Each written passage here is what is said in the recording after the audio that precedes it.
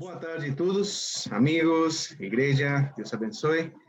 É domingo, Ele vive, Ele ressuscitou e hoje celebramos realmente que nossa fé não é em vão, sino que o nosso Deus, Ele vive, Ele reina, Ele é Senhor e por isso hoje nos enchemos de alegria, de felicidade e de paixão ainda mais pelo Senhor Jesus Cristo. Bem-vindos e que seja um tempo bem especial para cada um de nós, enquanto louvamos ao Senhor, escutamos a sua palavra e celebramos juntos a Santa Ceia. Boa tarde a todos. É realmente uma alegria celebrarmos juntos a Páscoa, sabendo qual que é o significado. Jesus Cristo, Filho de Deus, que se tornou homem, viveu entre nós, morreu na cruz e ressuscitou. Esse é o centro da mensagem do cristianismo. E podemos celebrar isso todos juntos. É realmente uma alegria muito grande. Que Deus toque os corações de cada um esta tarde. Realmente é a minha oração. Boa tarde, irmãos. Sejam todos bem-vindos, em nome de Jesus. Que realmente essa transmissão possa inundar mesmo o seu lar, a sua casa, a sua vida, mais uma vez, com a presença daquele que vive para todo sempre.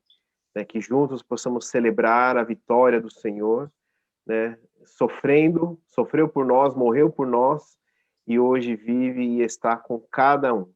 Então, também teremos, então, hoje, né, um tempo específico para a ceia do Senhor.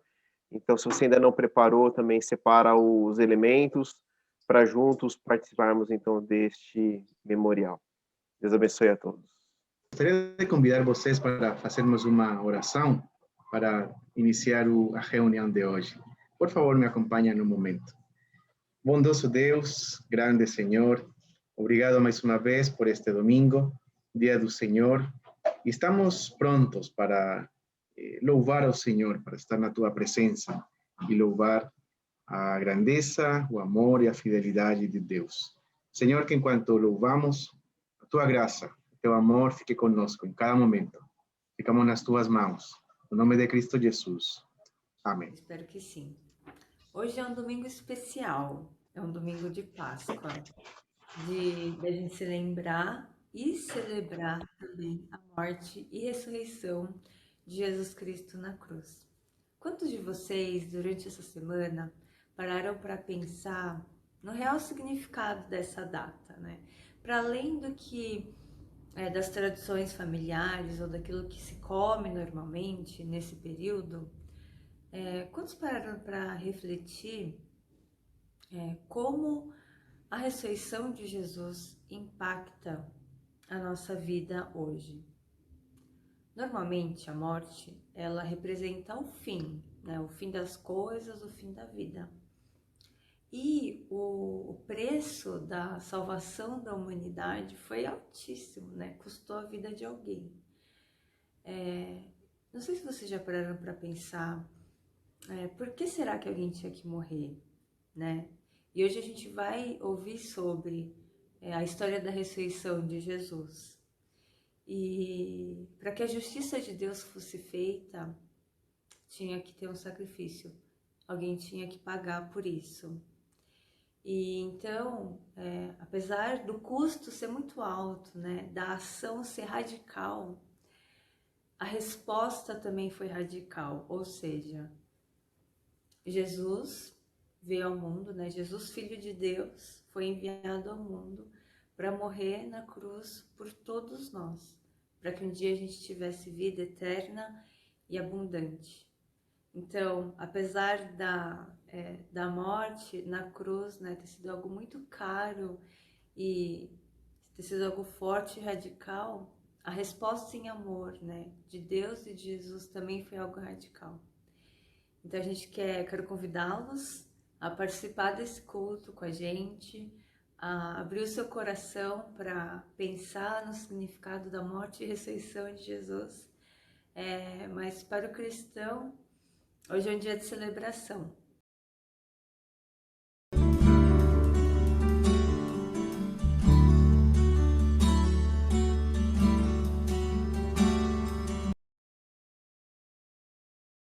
A cruz está vazia, Jesus está vivo. E a nossa esperança está nesse Jesus ressurreto e na promessa, né, da volta dele também. Só que essa não é uma mensagem tão fácil, né, de entender ou em alguns períodos de acreditar até, mas aconteceu, é verdade.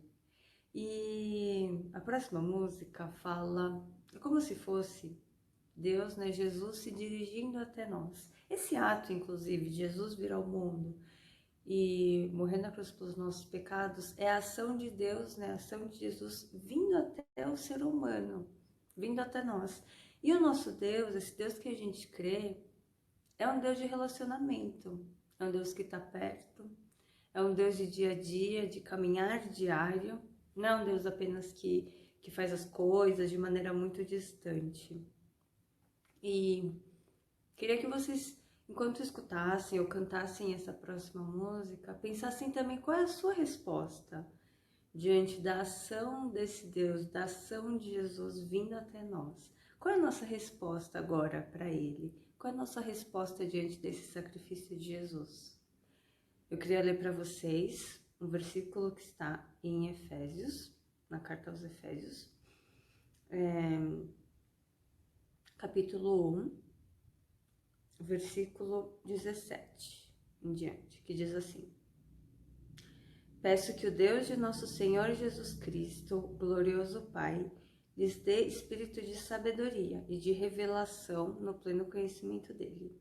Oro também para que os olhos do coração de vocês sejam iluminados, a fim de que vocês conheçam a esperança para a qual ele os chamou, as riquezas da gloriosa herança dele nos santos, e a incomparável grandeza do seu poder para conosco, os que cremos, conforme a atuação da sua poderosa força.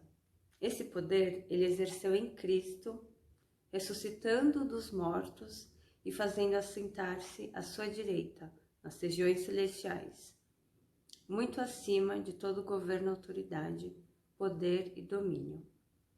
Certo? Então, que os olhos do nosso coração sejam revelados, né? Para a gente compreender tamanho ato, né? Tamanho milagre, né? Que aconteceu há muito tempo atrás, mas que impacta a nossa vida até hoje. Boa tarde a todos. Hoje comemoramos a Páscoa, o evento que marca a ressurreição de Jesus Cristo. A narrativa da paixão, da morte de Jesus Cristo na cruz e na ressurreição estão nos 4 evangelhos, porque está no centro da nossa redenção, da própria história da redenção, a história mais importante da Bíblia. Paulo declarou sem rodeios que se a ressurreição não tivesse acontecido, nossa fé e nossa mensagem seriam vãs. Isso está em primeira epístola de Paulo aos Coríntios, capítulo 15,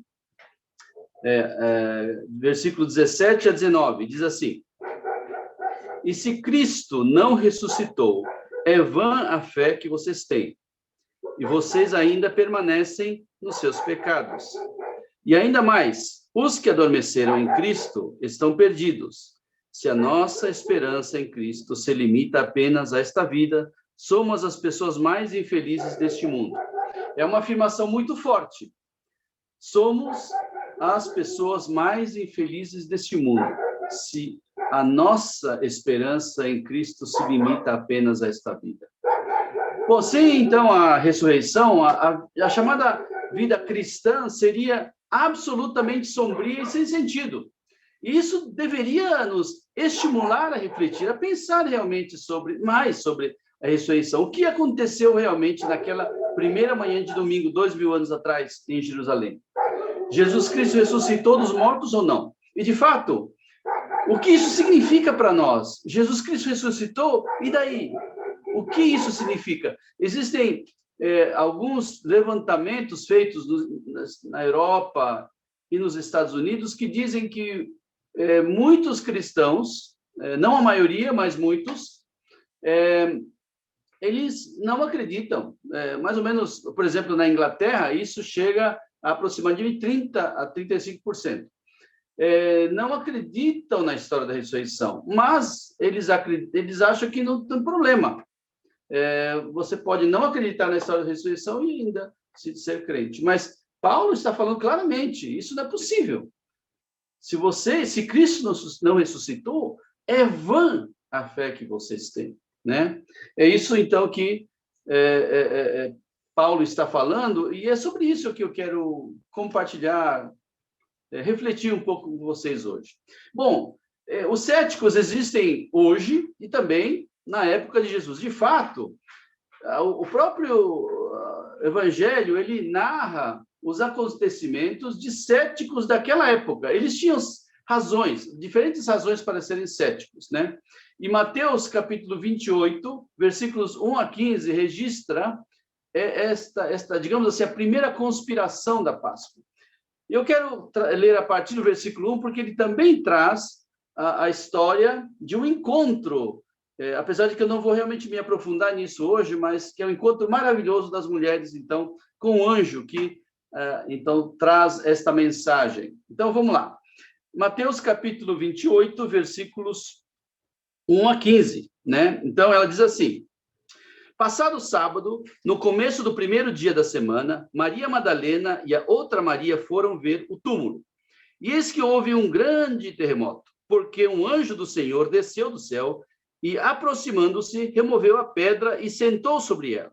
O aspecto dele era como um relâmpago, e a sua roupa era branca como a neve.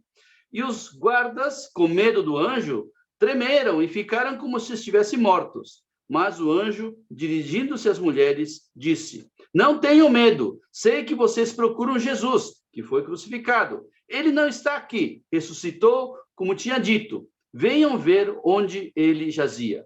Agora vão depressa e digam aos seus discípulos que ele ressuscitou dos mortos e vai adiante de vocês para a Galileia. Lá vocês o verão, é como acabei de dizer a vocês. E retirando-se, elas apressadamente do sepulcro, tomadas de medo e de grande alegria, correram para anunciar isso aos discípulos. E eis que Jesus veio ao encontro delas e disse: salve! E elas, aproximando-se, abraçaram ao pé dele e o adoraram. Então Jesus lhes disse: não tenham medo, vão dizer aos meus irmãos que se dirijam a Galileia e lá eles me verão. E enquanto elas iam, eis que alguns da guarda foram à cidade e contaram aos principais sacerdotes tudo o que havia acontecido. Reunindo-se eles em conselho com os anciãos, deram grande soma de dinheiro aos soldados, recomendando-lhes: digam isto, os discípulos dele vieram de noite, enquanto estavam dormindo, e roubaram o corpo. E se isto chegar ao conhecimento do governador, nós o convenceremos e faremos com que vocês não tenham maiores preocupações. Os soldados receberam o dinheiro e fizeram como tinham sido instruídos. Esta versão se espalhou entre os judeus até o dia de hoje. Bem, anteriormente, Mateus registra que foram judeus que pediram a Pilatos que colocassem guarda ao redor do túmulo, porque eles lembraram do que Jesus Cristo tinha dito: depois de 3 dias ressuscitarei. O fato irônico é que no sábado, as únicas pessoas preocupadas com a ressurreição foram as pessoas que mataram Jesus. Os guardas estavam lá porque os líderes judeus, eles temiam que algo acontecesse, algo estranho pudesse acontecer no túmulo. Então, assim, podemos dizer que a primeira conspiração da Páscoa foi traçada antes mesmo da ressurreição e foi consumada depois com o suborno dos guardas romanos. Existe um livro muito interessante chamado Evidências que Exigem um Veredito, né?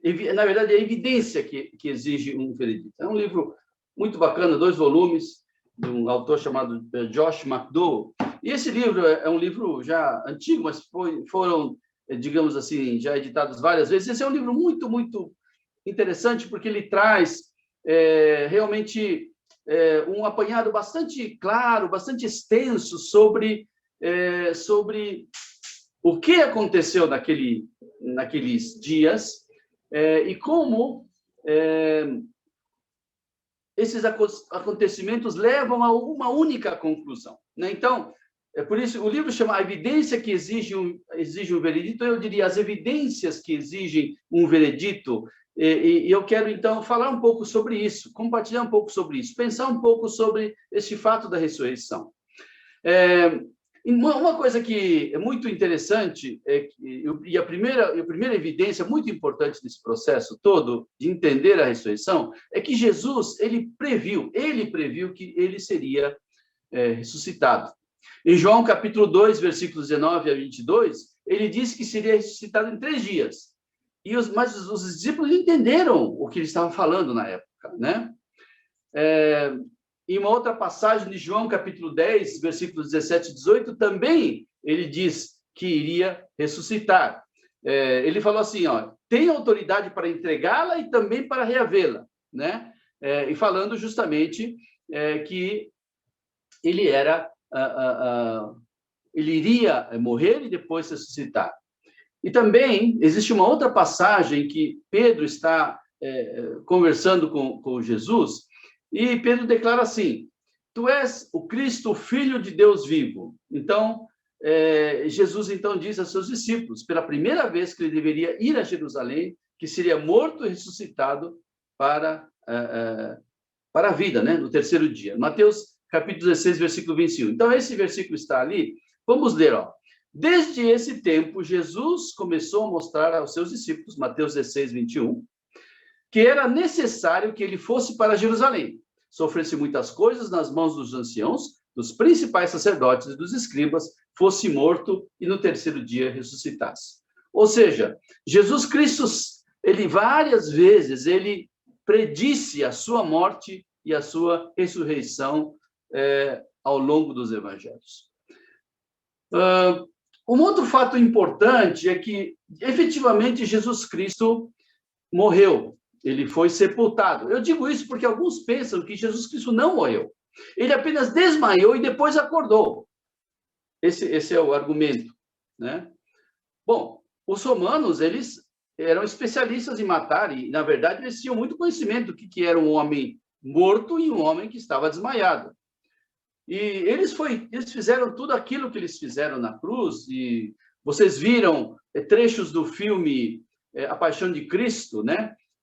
Junto com a música que nós acabamos de tocar. E esse filme, ele é bastante... ele é forte justamente porque ele tenta descrever como foi esta dor. Alguns até criticaram o filme, que ele é muito violento, mas, na verdade, o Mel Gibson, que é o diretor desse filme, ele queria realmente mostrar o quão doloroso, o quanto Jesus Cristo efetivamente sofreu. Ele achava que os filmes que existiam até aquele momento, eles não refletiam realmente isso. Eu assisti esse filme pela primeira vez quando eu estava na Nicarágua, e eu assisti junto com um outro colega meu que estava lá juntos como consultores de uma organização internacional. Isso já faz mais de 15 anos. E essa pessoa, ele era um ateu, mas ele tinha sido seminarista quando jovem, seminarista da Igreja Católica. E quando nós estávamos vendo esse filme, eu tinha curiosidade de saber, né, como é que ele iria reagir a esse filme. E ele estava chorando o tempo inteiro no filme. Estava chorando. Porque realmente depois eu conversei com ele, aquilo foi muito tocante para ele.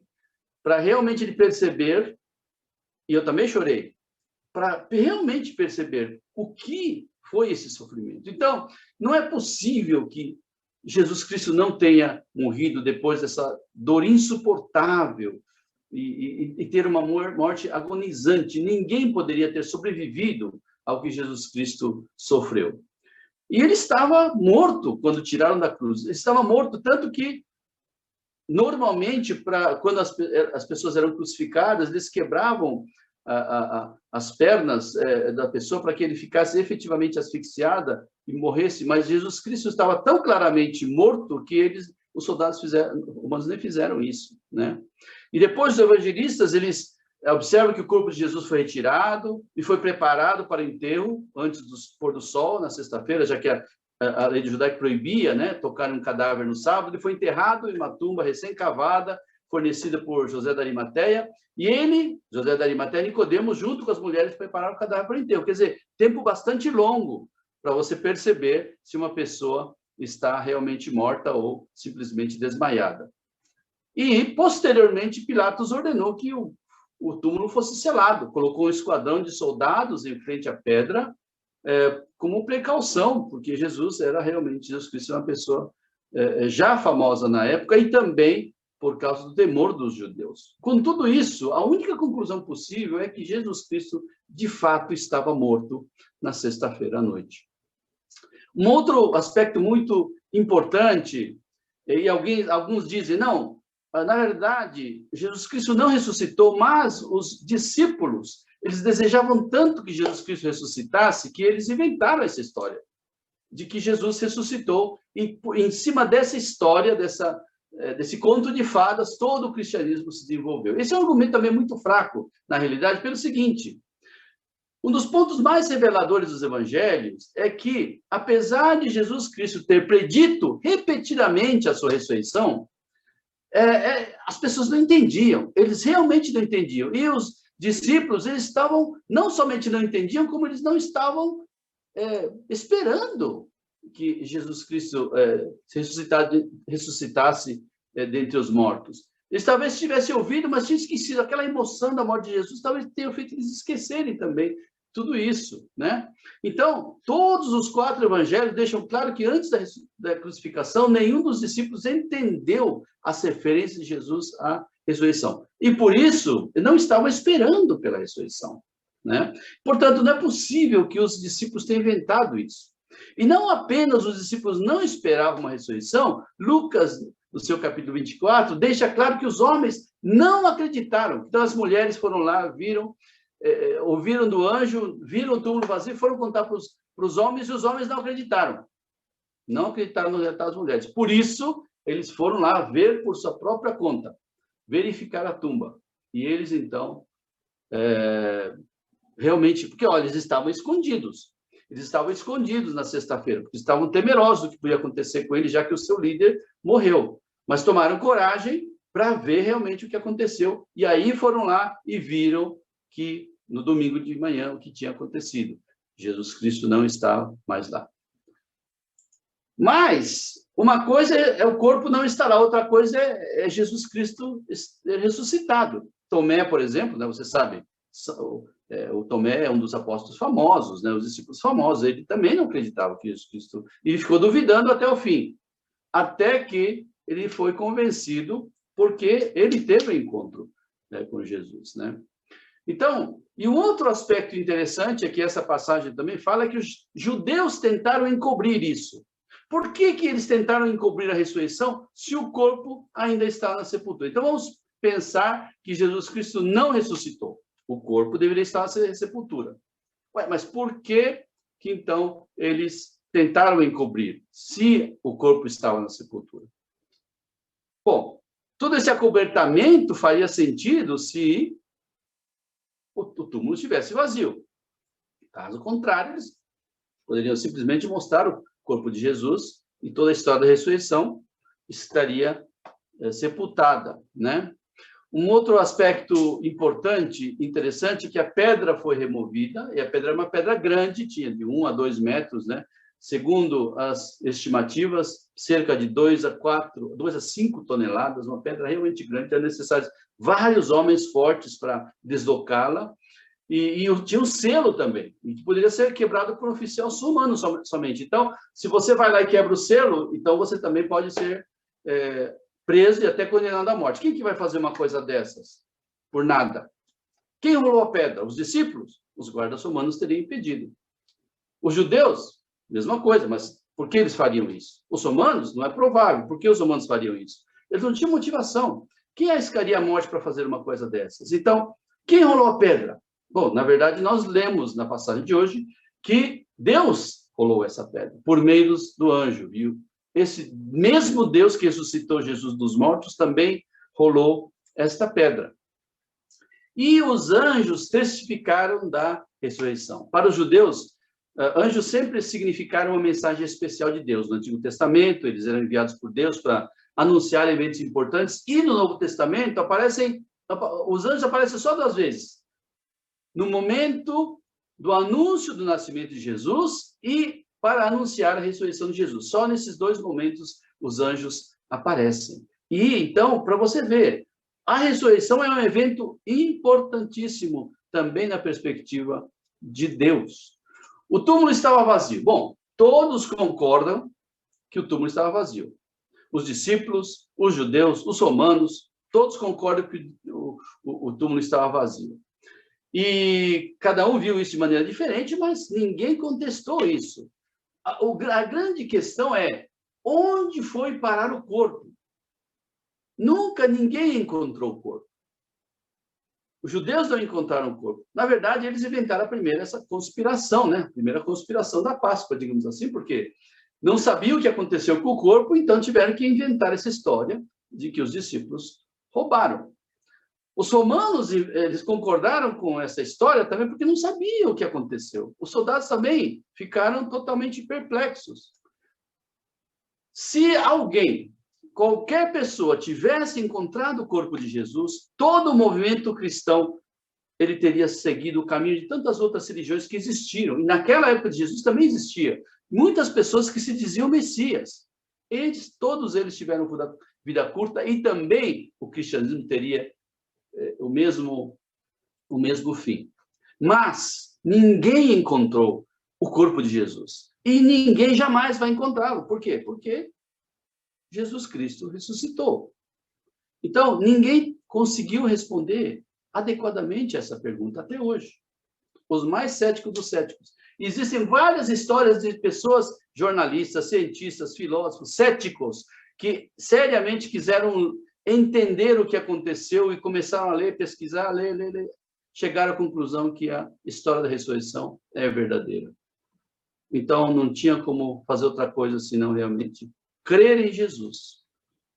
Uma outra coisa assim, muito interessante é que Jesus Cristo apareceu a muitas pessoas. Segundo os evangelhos, e também uma passagem de 1 Coríntios, né, que é um pouco anterior àquela que nós acabamos de ler no início, ele traz uma lista grande de pessoas que viram Jesus após a ressurreição. Primeiro, Jesus apareceu para as mulheres, nós já vimos. Depois para Pedro e João. Depois para os discípulos no caminho de Emaús. Depois apareceu para os discípulos no cenáculo. Depois para os outros discípulos em Tomé, uma semana depois. E aos discípulos na Galileia. E também aos 500 pessoas de uma só vez, Jesus Cristo apareceu. Quer dizer, também houve outras aparições que não podemos dizer exatamente quando foram, mas tomados em conjunto é uma lista impressionante. Não se pode dizer que tantas pessoas tiveram uma ilusão, ou um transe coletivo, como alguns querem que acreditemos, né? Escrevendo cerca de 30 anos depois, Paulo comentou que a maioria dos que viram Cristo ressurreto ainda estavam vivos e prontos para testemunhar o que tinham visto. Nós sabemos que mentira tem perna curta e principalmente se fosse mentira, uma mentira dessa natureza, ele mais rapidamente seria contestado. Não sobreviveria 30 anos, se fosse uma mentira. Não, hoje nós sabemos, né? As pessoas fazem uma série de coisas para esconder a verdade, mas ela sempre aparece. E é o que aconteceria aqui também. Tomé, por exemplo. Muitas pessoas, a Bíblia fala, né, que eles não acreditavam na ressurreição. Tomé não acreditava. E aí Jesus teve que mostrar a prova definitiva, mostrando as mãos, toque as minhas feridas. E aí, quando ele viu as feridas, ele soube que Jesus Cristo era quem estava ali, né? Jesus Cristo comeu com os discípulos. No Lucas capítulo 24, versículo 42 em diante, diz que Jesus comeu peixe grelhado na presença dos discípulos. Bom, pelo que eu saiba, fantasmas não comem peixe e nenhum homem morto come peixe. Realmente, Jesus estava em corpo comendo esse peixe e dizendo, né? Olha, não temo. Ele ficou com os discípulos 40 dias, não é um dia, não é, ele teve um transe, ele sonhou, não, 40 dias, dia e noite. Ele estava efetivamente vivo. Atos capítulo 1, versículos 1 a 3, diz que por muitas provas infalíveis nós podemos crer, podemos ver que Jesus ressuscitou. E eu creio que para mim, né, um dos argumentos mais fortes realmente é que os discípulos foram totalmente transformados.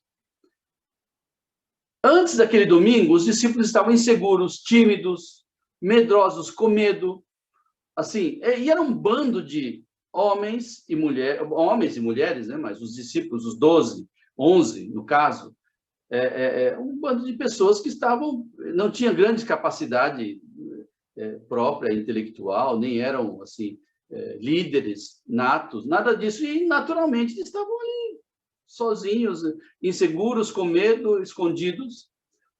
Esses homens foram totalmente, radicalmente, completamente transformados. Como isso é possível? Como isso é possível? Eles se tornaram literalmente novos homens. De repente, essas almas tímidas se tornaram destemidos, corajosos, eloquentes, totalmente dedicados a espalhar as boas novas para quem quisesse ouvir. A perseguição não os deteve, a oposição não intimidou, o ódio não os intimidou, as adversidades não os quer dizer, tudo. A ameaça de martírio, nada disso intimidou. Eles iam a lugares e lugares pregando o evangelho. Esses homens que viram, esses praticamente viraram o mundo de cabeça para baixo. O que fez a diferença? A única resposta possível é que esses homens realmente encontraram Jesus Cristo ressuscitado. E isso mudou para sempre a vida deles. E todos os cristãos dos primeiros séculos, né, acreditavam que ele havia ressuscitado. Bom, essa é uma observação histórica, mas todos os cristãos, sem exceção, acreditavam que Jesus Cristo havia ressuscitado dos mortos. Os cristãos judeus creram, os cristãos gentios creram. Você pode ler o Novo Testamento, as diferentes cartas, você vai ver que o Cristo ressurreto era a peça central da pregação. Esse também é um elemento muito importante. Se você olhar por os sermões de Atos dos Apóstolos, e também as cartas paulinas, todos se centram na verdade da ressurreição de Jesus. Hoje até... assim, a ressurreição ele não é tão falado quanto a própria morte da cruz. Talvez porque a ressurreição, as pessoas pensam, é mais difícil de entender, ou mais difícil de aceitar. Eu realmente também, quando comecei a frequentar a igreja Aliança de Rude Ramos, quando eu era jovem, e comecei a ler a Bíblia, eu realmente, uma das coisas que era uma pedra de tropeço, digamos assim, uma coisa que eu não entendia, não conseguia entender, era a ressurreição. Como é que Jesus Cristo ressuscitou? E não é só isso, como é que tanta gente acreditava que Jesus Cristo ressuscitou, né? Isso realmente é algo que martelava no meu coração. Mas esta é a mensagem principal. Na igreja primitiva, eles tinham claramente, olha, sem ressurreição, a crucificação não tinha significado. E eles morreram testemunhando a realidade da ressurreição. Também um outro fato notável, tanto que os 11 discípulos originais, mais Paulo, todos eles morreram de morte violenta por sua fé em Jesus. A única exceção foi João, que nos seus últimos anos ficou preso na ilha de Patmos, e outros cristãos, milhares, morreram nas perseguições romanas. Por que alguém morreria por um mito ou uma lenda? Não, eles morreram porque sabiam que aquilo que eles estavam pregando, estavam anunciando, era verdade, e eles tinham experimentado tudo isso. Então, aqui esse livro fala, exigir a evidência que exige um veredito. E qual é o veredito? Jesus Cristo ressuscitou dentre os mortos. E hoje, mais de 1 bilhão de cristãos se unem a nós para proclamar que Jesus Cristo está vivo. Bem, então tá, Jesus Cristo ressuscitou. E daí? Que implicação isso tem? Sem a ressurreição, a morte de Jesus não tem significado. A ressurreição equivale ao sinal, ao endosso de Deus, de que Jesus Cristo é o poderoso Filho de Deus que venceu a morte e reina como Senhor de todos. A ressurreição demonstra que o sangue da nova aliança de Jesus salva seu povo dos seus pecados. Sem a ressurreição, não haveria razão para o memorial da Santa Ceia, por exemplo, porque a morte de Jesus na cruz não teria significado, seria apenas a morte injusta de um homem bom. sem a ressurreição, nenhuma das promessas de Jesus seria confiável. Se Jesus não ressuscitou dos mortos, depois de prometer muitas vezes que ele ressuscitaria, então ele seria um objeto de desprezo. Quem que vai acreditar nele? Ou obedecer a ele? C.S. Lewis, no livro chamado Cristianismo Autêntico, que eu gosto muito, aqui no Brasil, Cristianismo Autêntico, ele diz assim, olha, ele foi enganado, alguém enganou dizendo que ele era o Messias, ou ele era um grande enganador. Bom, na realidade, nenhuma das possibilidades combina com o que ele era, né? Alguns dizem, não, ele foi mentiroso, ele inventou e tal, tal. Não é possível, por todas as evidências que nós já vimos. Então, como essa promessa mais incrível se tornou realidade, se você quer ser um líder mentiroso, você não vai inventar uma promessa dessas, vai inventar outra coisa. Mas essa foi esta promessa, né, de que ele ressuscitaria, se tornou realidade. Então, nós podemos assim, acreditar nas outras promessas de Jesus, que vão se cumprir também. Porque Jesus Cristo é confiável, aquilo que ele diz é confiável. E de fato, isso eu digo agora como alguém que realmente crê em Jesus e crê nas promessas de Jesus. Existem coisas que eu não sei se vai acontecer, eu não tenho como provar que vai acontecer, porque isso só vai acontecer depois da minha morte, ou num outro mundo, no mundo celestial. Mas existem coisas que Jesus prometeu para esta vida e que já se cumprem. E eu já experimentei, eu posso dizer, Jesus Cristo realmente existe, está vivo entre nós. Jesus Cristo fala por meio da Bíblia, da sua palavra. Jesus Cristo traz esperança. Jesus Cristo traz consolação. Jesus Cristo, ele toca de uma forma sobrenatural, cura. Sim, tudo isso é a realidade das promessas de Jesus. Na Aliança Cristã Missionária, nós dizemos, né, que Jesus Cristo é o Salvador, santificador, médico divino e rei vindouro. A santificação é um processo de Deus na sua vida, que você pode experimentar neste mundo. A cura é um processo de Deus na sua vida, que você pode experimentar neste mundo. Sem a ressurreição, não haveria fundamento apostólico para a igreja. A ressurreição de Jesus transformou desertores, podemos dizer desertores, né? Abandonaram Jesus quando ele foi crucificado, em seguidores fiéis. As notícias surpreendentes, porém verdadeiras, trazidas pelas duas mulheres, que primeiro descobriram esse túmulo vazio, e depois pelo próprio Jesus ressuscitado, trouxeram esses discípulos de volta. Eles que estavam tentando esquecer tudo isso, timidamente, trouxeram de volta e se tornaram um bando enorme, com uma garra, com uma coragem enorme para testemunhar de Jesus. Né? Então, esta mesma mensagem da ressurreição é poderosa para transformar céticos em discípulos ainda hoje. E isso continua acontecendo. Continua acontecendo. É muito interessante, e é uma coisa que eu não tinha ouvido diretamente até pouco tempo atrás, é que ao viajar em diferentes partes do mundo, eu tenho conhecido pessoas que tiveram encontros com Jesus.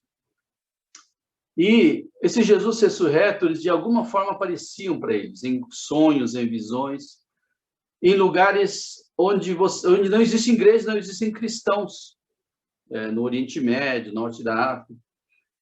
E eles vieram ao encontro de Jesus de uma maneira sobrenatural. É esse Jesus sobrenatural que ainda hoje também aparece e toca no coração das pessoas. Em princípio, eu ficava pensando, puxa, será que é isso mesmo?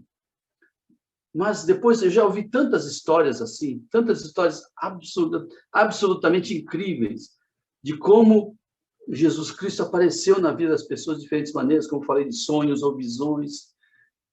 E isso os levou a procurar alguém que pudesse explicar quem é esse Jesus. Encontraram a Bíblia, encontraram cristãos, encontraram missionários que os explicaram. Então, por isso que é tão importante, né, que nós tenhamos representantes do reino de Deus, os missionários nesses lugares, porque para Deus ele faz a obra dele, mas quer que nós participemos, que nós estejamos lá junto com ele, com Deus, na obra que ele faz.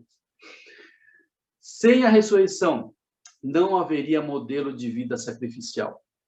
Jesus Cristo, num certo sentido, ele personificou e demonstrou o paradoxo da vida entregue à cruz de Cristo. Ou seja, é uma vida genuinamente abundante ocorre não quando alguém busca o interesse próprio, mas quando esse interesse próprio é abandonado. Esse é o paradoxo da vida cristã.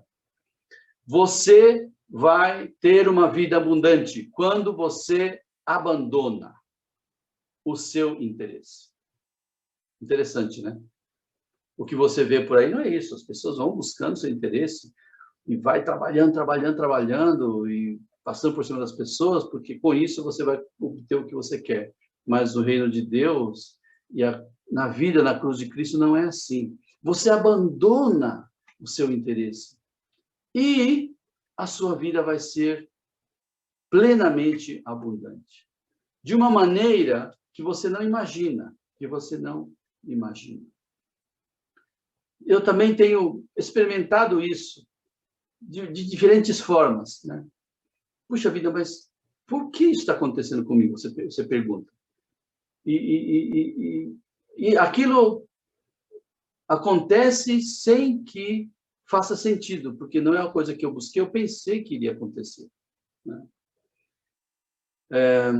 Bem, Paulo desenvolve isso ainda mais, né? Dizendo que os seguidores de Jesus Cristo morreram com ele para a velha vida, e ressuscitaram para uma nova vida. Sobre isso eu falei, né?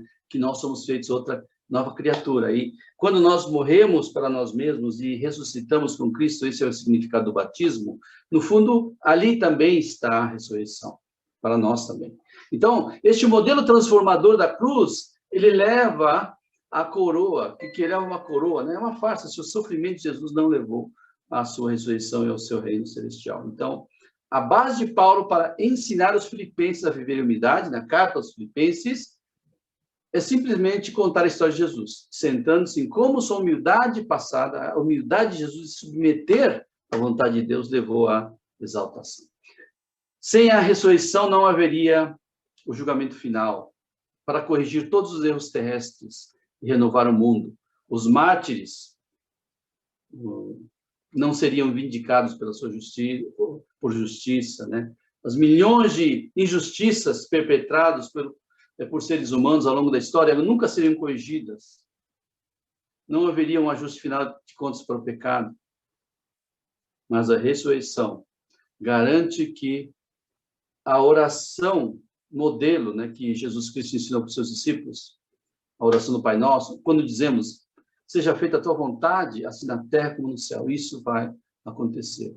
Ao ressuscitar Jesus, Deus mostrou a todas as pessoas que no final das contas eles responderão a Deus pelo que fizeram. Então, a proclamação apostólica do Evangelho, ela sempre deve ser centrada na cruz e na ressurreição. O significado da cruz, se não tiver ressurreição, ele é obscuro. Mas qualquer apresentação das boas novas de Jesus deve enfatizar a sua ressurreição, porque essa é a explicação essencial da morte e a prova do seu poder salvador. Eu sempre digo, a ressurreição é a prova de que Jesus Cristo morreu na cruz e esta morte foi aceita por Deus como o sacrifício em nosso lugar. Qualquer evangelho que não coloca a ressurreição de Jesus ao lado da morte de Jesus não é uma mensagem autêntica de Jesus, dos apóstolos. Bom, quero então terminar fazendo a seguinte pergunta. Então, e daí? O que isso tem a ver comigo? O que isso tem a ver com você e eu? Muitas pessoas, ao ver essas evidências, acreditaram, e outras pessoas continuaram duvidando. Mas a pergunta para você, né, é o seguinte: onde você se posiciona a respeito da ressurreição de Jesus? Existem evidências mais do que suficientes para que você, em plena consciência, em paz com a sua consciência, você possa dizer, realmente, tudo isso eu posso entender, que me leva a entender que a ressurreição foi, de fato, um acontecimento histórico. Bom, se você insiste em não acreditar, você pode continuar tendo suas dúvidas. Existe espaço para isso, porque nenhum de nós estava lá para ver. Mas nesse ponto, nós precisamos lembrar as palavras de Jesus a Tomé, quando Tomé pediu, né, para ver lá as marcas de Jesus. Olha, pare de duvidar, Jesus falou, pare de duvidar e creia. Então, em algum momento, você precisa tomar uma decisão, de uma forma ou de outra. Como posso ter certeza, você pergunta? Então, examine as evidências. Eu apresentei algumas delas. Existem literalmente dezenas ou centenas de livros que falam sobre todos esses aspectos. Tem livros que falam sobre só um aspecto, por exemplo, do que aconteceu no pulmão de Jesus na crucificação. Um livro inteiro, só para falar sobre isso. Existem muitos livros, muitos livros. Examine as evidências. Estude os relatórios das testemunhas oculares, que são essas testemunhas que estão na Bíblia.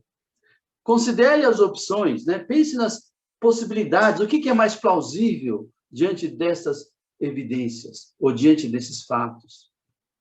Responda à grande pergunta, o que aconteceu com o corpo de Jesus? Tome uma decisão. Você acredita que foi apenas um mito? Você acha que Jesus, de alguma forma, encenou sua própria morte e então fingiu sua ressurreição?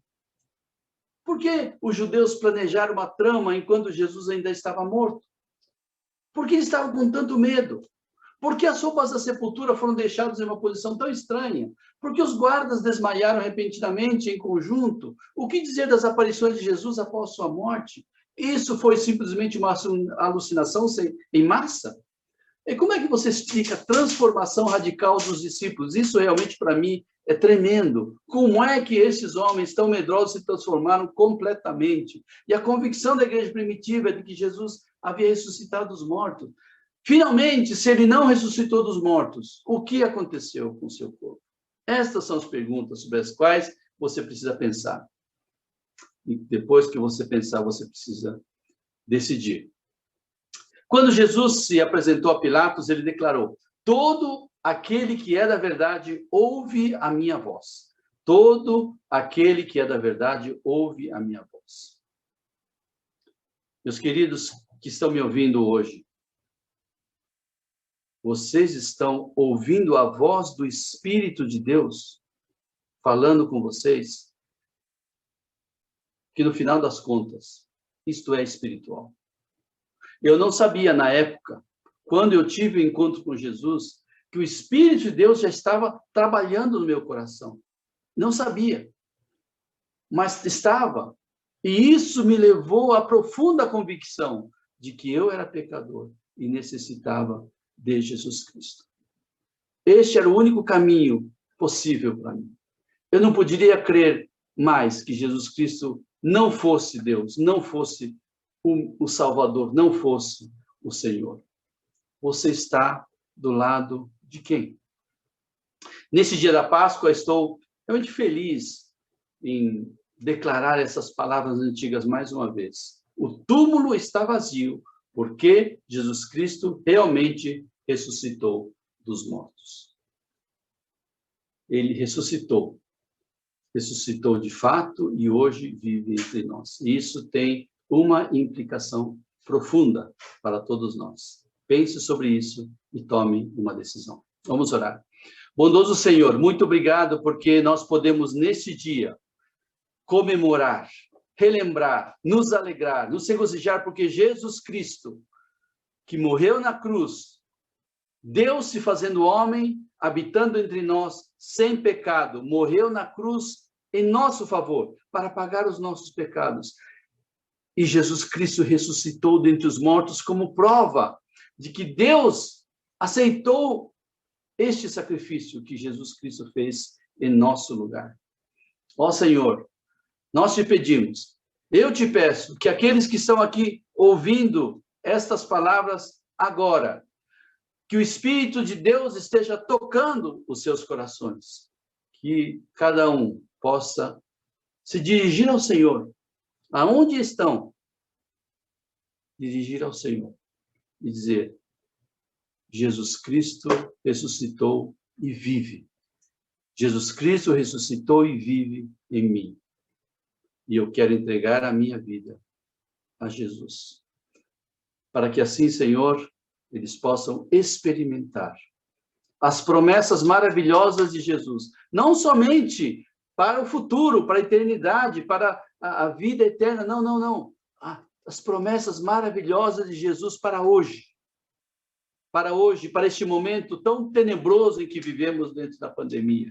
Para que possam encontrar esperança, para que possam encontrar vida, conforto, amor, o seu cuidado, para que possam encontrar o propósito de suas vidas diante de Jesus.